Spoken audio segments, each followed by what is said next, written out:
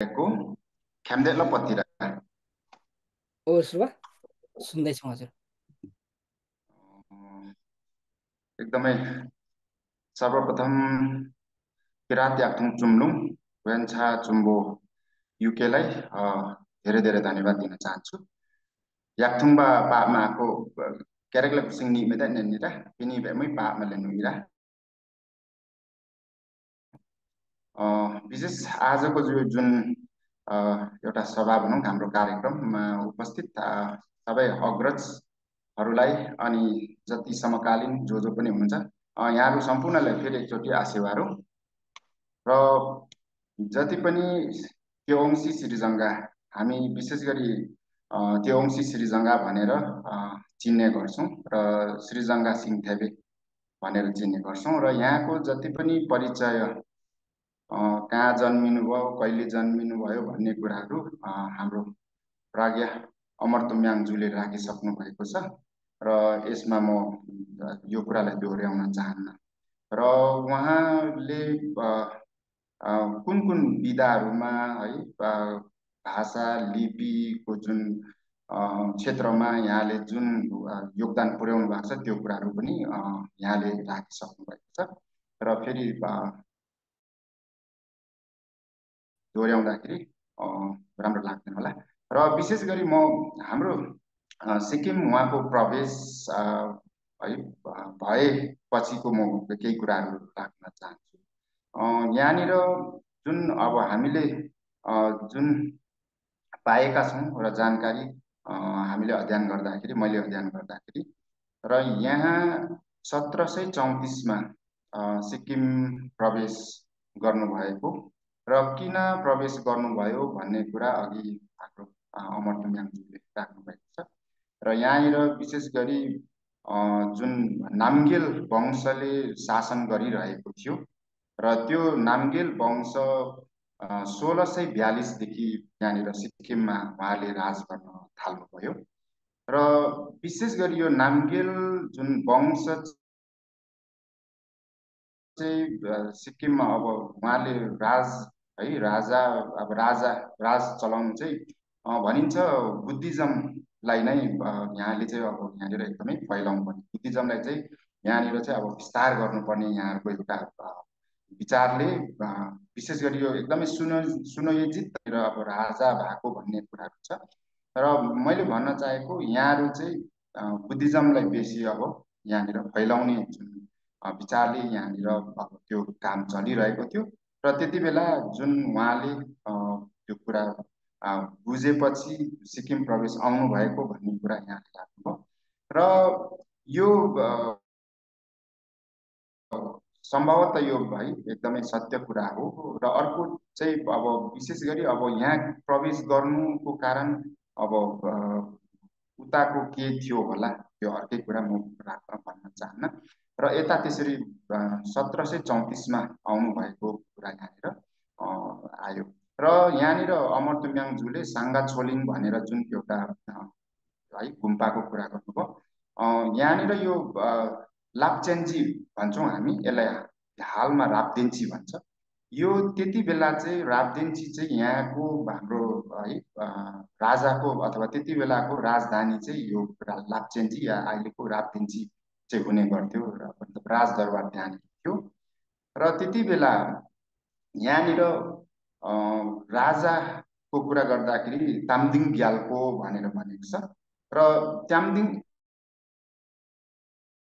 तामदिङ ग्याल्पो चाहिँ वास्तविकमा राजामा काउन्ट आउँदैन उहाँ चाहिँ एउटा मन्त्री हो जुन अघि उहाँले तीनजना मन्त्री भुटिया लाप्चा र लिम्बू जुन कुरा गर्नुभयो त्यसमध्येमा एउटा मन्त्री तामदिङ ग्याल्पो र 1733मा नै हाम्रो जुन गिरमित नामगेल भन्छ त्यति बेलाको चौथो राजा सिक्किमको उहाँको चाहिँ मृत्यु भएपछि चाहिँ अब यो जति पनि है राजकीय कामकाज हेर्ने चाहिँ त्यो तामदिङ ग्याल्पोले गर्नुहुँदै थियो भने हामीले यहाँनिर तथ्य पाउँछौँ र त्यति बेला अब यो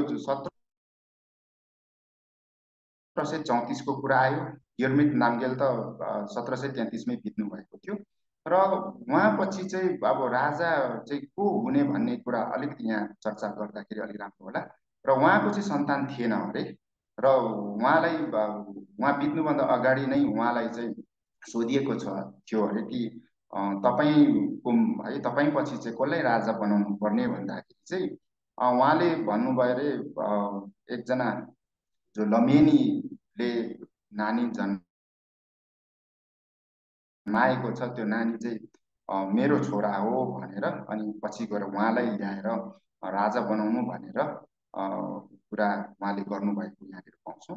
र त्यसो हुँदाखेरि उहाँ बित्नु भएपछि चाहिँ अब त्यो नानी बालकै भएकोले गर्दाखेरि ल्याइयो ल्याउनु त, तर तामदिङ ग्याल्पोले त्यसलाई चाहिँ विरोध गर्यो भन्ने कुरा छ। अनि त्यति बेला तामदिङ ग्याल्पोले नै यो एक प्रकारले राजाको काम गर्नुहुँदै थिएछ। र जब उहाँ यता सिक्किम प्रवेश गर्नुभयो र सिक्किममा विशेष गरी हि मार्ताम हि पाङ्बे हि मार्ताम पाङ्बे भन्छौँ। र त्यहाँका लिम्बूहरूलाई हाम्रो विशेष गरी भाषा लिपि अनि मुन्धुमलाई है सिकाउने है यहाँले गर्नुहुँदै थियो त्यो कार्य। र यहाँ भनिएको छ यो कुरा है अब एक कान दुई कान हुँदै हुँदै जाँदाखेरि चाहिँ त्यति बेलाको जुन पेमा याङचीमा जुन थासाङ लामा भनेर कुरा यहाँले पनि राख्नुभयो। र यहाँहरूको कानमा पुगेपछि चाहिँ अब उहाँहरूको जुन अब बुद्धिज्मलाई है उहाँले चाहिँ अब विस्तार गर्नु थियो। र विशेष गरी पछि गएर अब यसले चाहिँ हामीलाई बाधा पुर्याउँछ अब भन्ने यहाँलाई भयो होला र अन्य केही यहाँलाई भयो होला। र त्यसपछि चाहिँ यहाँले चाहिँ तामदिङ ग्याल्पोकोमा जुन थासाङ लामाहरू थियो तामदिङ ग्याल्पोकोमा गएर चाहिँ यो कुराहरू उहाँलाई सुनाउनु भयो। अनि यो जुन जति पनि राजकीय कामकाजमा चाहिँ तपाईँलाई चाहिँ बाधा अडचन पुर्याउँदैछ भन्ने हिसाबले चाहिँ उहाँले चाहिँ पोल सुनाउनु भएको कुराहरू छ।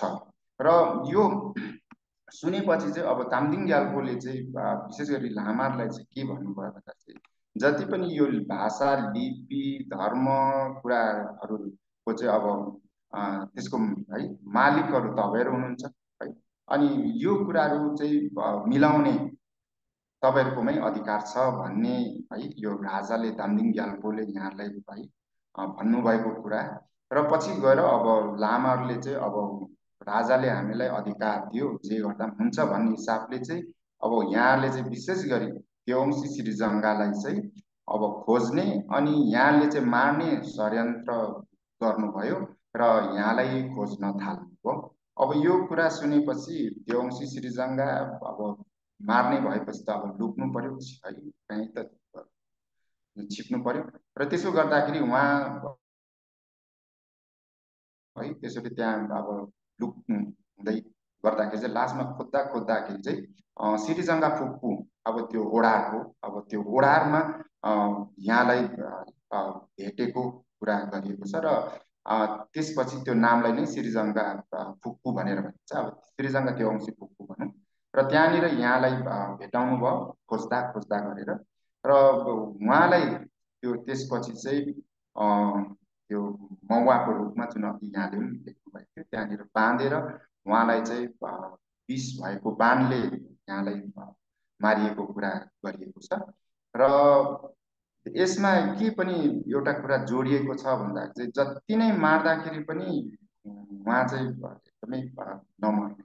र के रहेछ भन्दाखेरि चाहिँ उहाँलाई अब अलिकति यसको पत्तो लगाउनु पर्छ भन्दाखेरि चाहिँ नाङ्गै पार्दाखेरि चाहिँ सुम्बो खेमो है नाइटोमा बुटी थियो भनिन्छ सेदिदिङ इन्सो मुखो कहिले नमर्ने त्यो बुटी थियो भन्ने कुरा गरेको छ।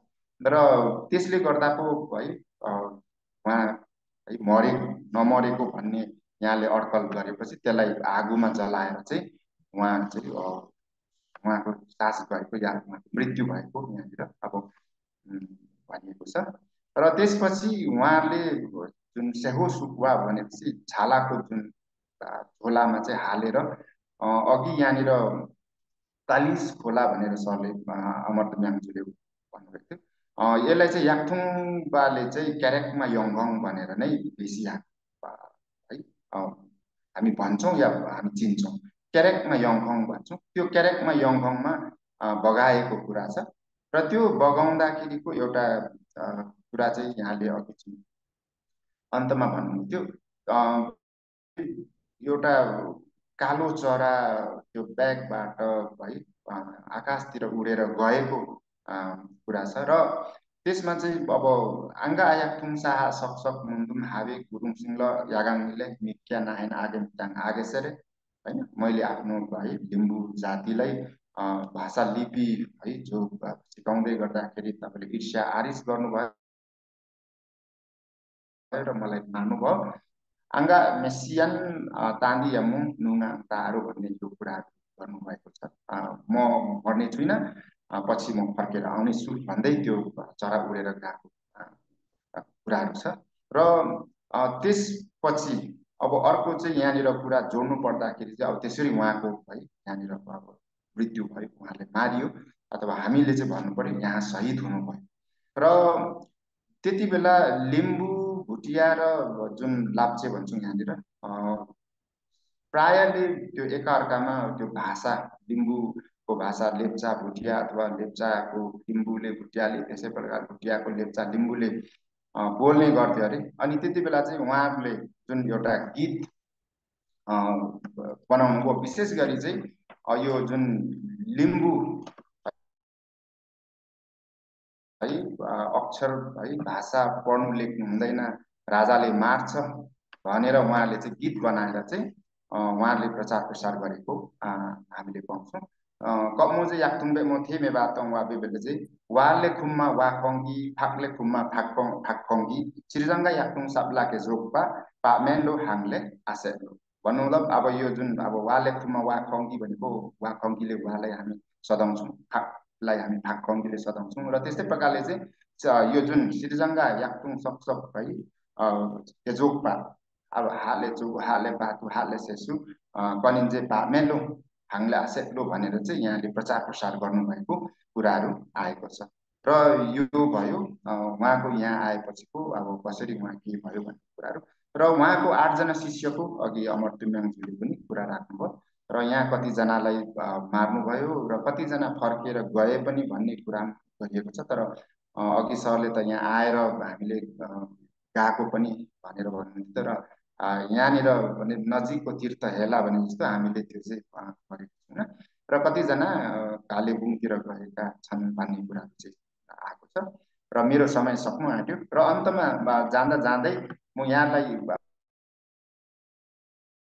विशेष गरी सिक्किम सरकारले है अब श्रीजङ्गा देवंशी है बारे के गर्नु भएको छ भन्ने कुरा अलिकति म राख्न चाहन्छु। यहाँनिर श्रीजङ्गा देवंशीको जन्म है दिवसलाई सरकारी बिदा घोषणा गर्नुभएको छ र वर्षमा एक दिन सरकारी बिदा उहाँको जन्म जयन्ती भनेर हामी पाउँछौँ। र अर्को चाहिँ जहाँनिर जुन हिमार्तामको कुरा गरिएको छ, हिमार्ताममा जहाँनिर उहाँले बसेर त्यो ढुङ्गामाथि बसेर उहाँले पढाउनुहुन्थ्यो त्यो ढुङ्गा अझै पनि छ र त्यहाँनिर ठुलो उहाँको नाममा यो जुन प्रोजेक्ट स्याङ्सन गर्नुभएको छ र अहिले त्यो काम चलिरहेको छ। र त्यही ठाउँमा एउटा यहाँनिर चाहिँ अब ग्राम पञ्चायत भनिन्छ इकाइ, र त्यो ठाउँलाई चाहिँ इकाइलाई नै उहाँको नाममा श्रीजङ्गा ग्राम पञ्चायत युनिट अथवा श्रीजङ्गा ग्राम प्रशासन है अथवा ग्राम पञ्चायत इकाइ भनेर यहाँले नामकरण गर्नुभएको छ। र अर्को युमाङ थेगुमा हि पाङबेको हाम्रो गेजिङ जिल्लाको हि पाङबेको युमाङ थेगुमा सबैलाई याद छ मूर्ति स्थापना गर्नुभएको छ। र फिलहाल त्यहाँनिर एकदमै अनुसन्धान केन्द्र या त्यहाँनिर मुन्दुमको है यो केन्द्र भनेर एकदमै बृहत झन्डै 53 करोडको यहाँनिर काम चलिरहेको छ र यो जानकारी। र अर्को चाहिँ त्यही ठाउँ अलिकति माथि गएपछि बर्मेक भन्छौँ, त्यहाँनिर उच्चतर माध्यमिक विद्यालय छ र त्यो बर्मेक उच्चतर माध्यमिक विद्यालयको नामलाई चाहिँ महात्मा श्रीजङ्गा सरकारी उच्चतर माध्यमिक विद्यालय भनेर नामकरण गरिएको छ यो एउटा। र अर्को चाहिँ यहाँनिर माङ्हिमहरू थुप्रै बनाएका छन् श्रीजङ्गा देवंशीको नाममा। र अर्को चाहिँ यो जुन लेक्सेपदेखि बर्मेकसम्म आउने जुन सडक छ त्यो सडकको नामकरण चाहिँ महात्मा श्रीजङ्घा सडक भनेर नामकरण गरिएको छ। र मैले जति पनि राख्नुपर्ने कुरा यति नै थियो, समय पनि ठिक्क 15 मिनट नागेछ र अरू केही कुरा गर्नु पर्यो भने भरे म राख्नेछु। यतिमै मेरो कुरालाई राख्न चाहन्छु। अन्तमा जाँदा जाँदै श्रीजङ्घा देववंशी ज्यूले हामी समस्त विश्वमै छरेर बस्नु भएको सम्पूर्ण लिम्बू जातिलाई, लिम्बू समुदायलाई एकदमै हामी आफ्नो भाषा, आफ्नो लिपि प्रति एकदमै सधैँभरि है अगाडि आएर काम गर्न सक्ने क्षमता प्रदान, यहाँले आशीर्वाद प्रदान गर्नु भन्दै म मेरो कुरालाई यहाँनिर राख्न चाहन्छु। No gain. आजका